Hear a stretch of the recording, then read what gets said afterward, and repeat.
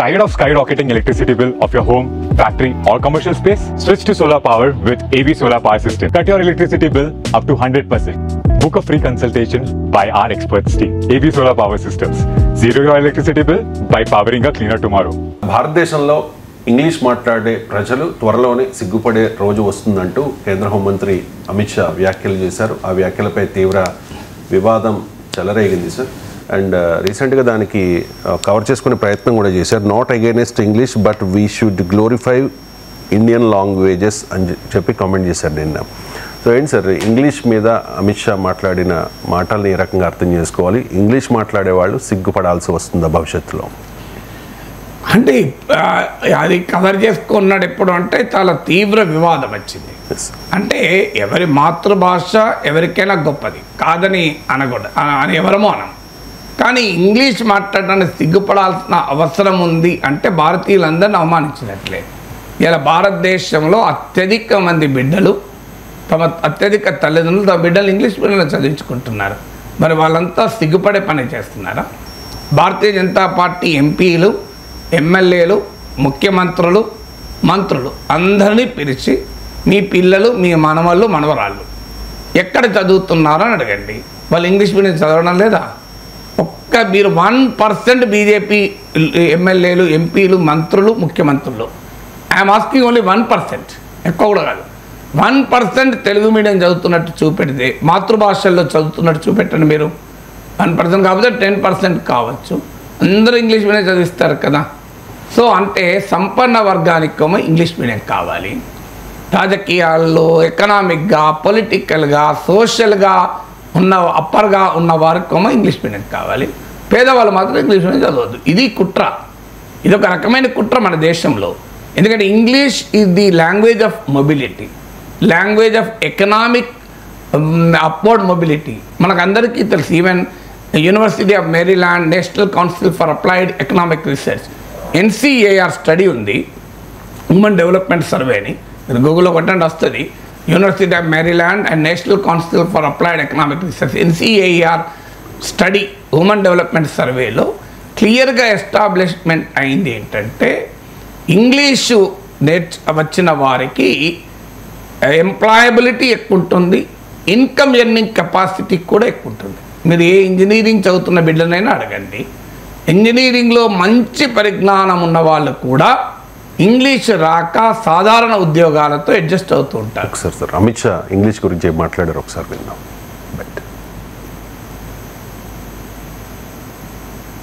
से सुनना हम सबके जीवन में इस देश में अंग्रेजी बोलने वालों को शर्म आएगी, ऐसा समाज का निर्माण अब दूर नहीं।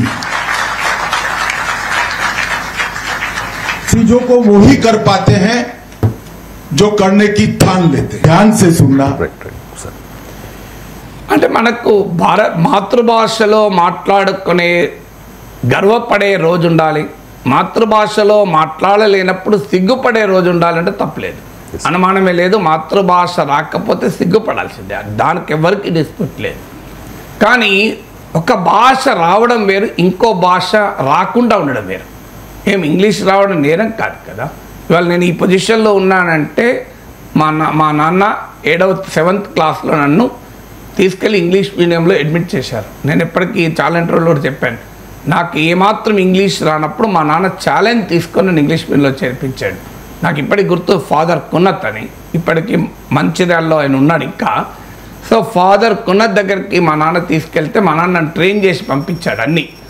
How many brothers you have, how many sisters you have, what's your father, what's your mother అని. కానీ ఆ ఫాదర్ కున్నత్ వేర్ ఈజ్ యువర్ రెసిడెన్స్ అన్నాడు. మా నాన్న చెప్పలేదు రెసిడెన్స్ అన్న పదం, నేను బట్టి పట్టలే. నేను అటు ఇటు దిక్కులు చూడడం మొదలు పెడితే మా నాన్న పక్కన అరే మన ఊర్రా అంటున్నాడు.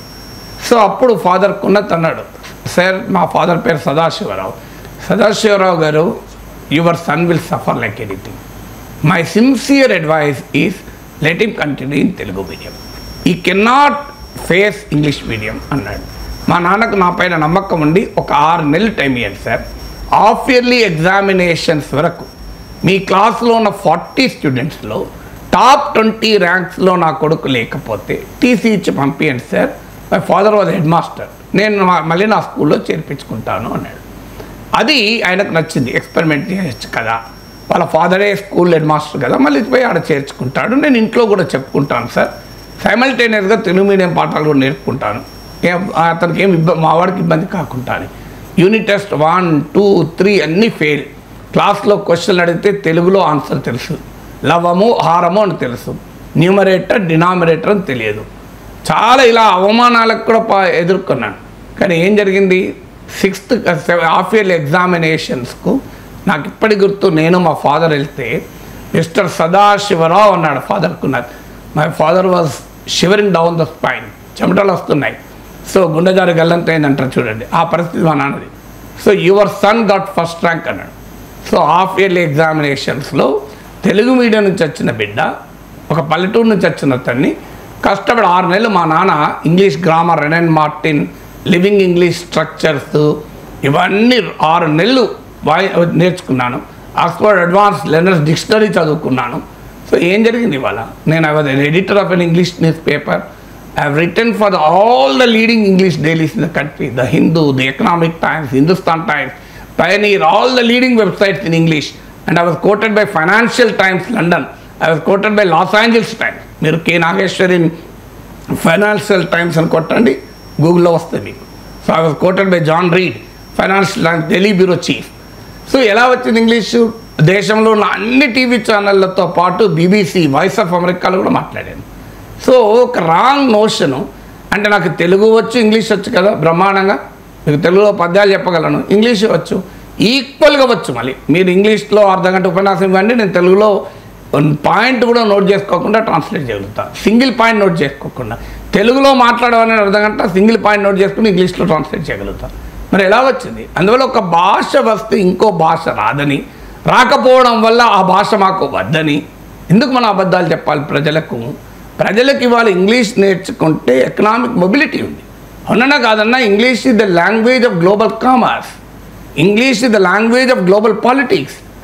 అఫ్ కోర్స్ ఇంగ్లీష్ రానంత మాత్రాన వాళ్ళు అసమర్థులు అనకూడదు. జపనీస్, చైనీస్, ఫ్రెంచ్, జర్మన్ వీళ్ళందరూ ఉన్నారు, ఇటాలియన్.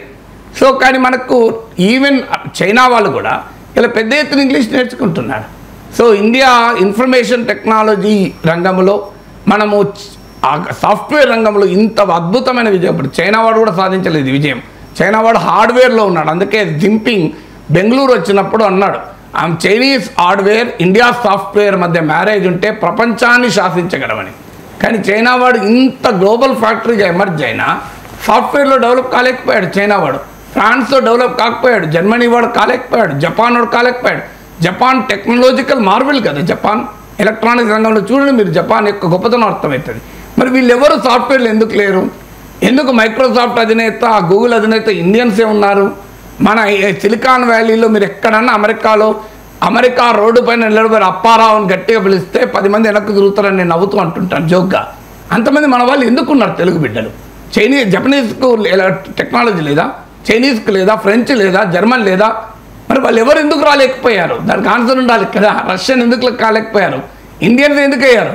రష్యన్లో కూడా టెక్నాలజీ ఉంది కదా, అక్కడ కూడా టెలిగ్రామ్ లాంటి సోషల్ మీడియా యాప్లు సృష్టించారు కదా రష్యన్స్. దానికి కారణం ఏంటంటే ఇండియన్స్ ఫెమిలియారిటీ విత్ ఇంగ్లీష్.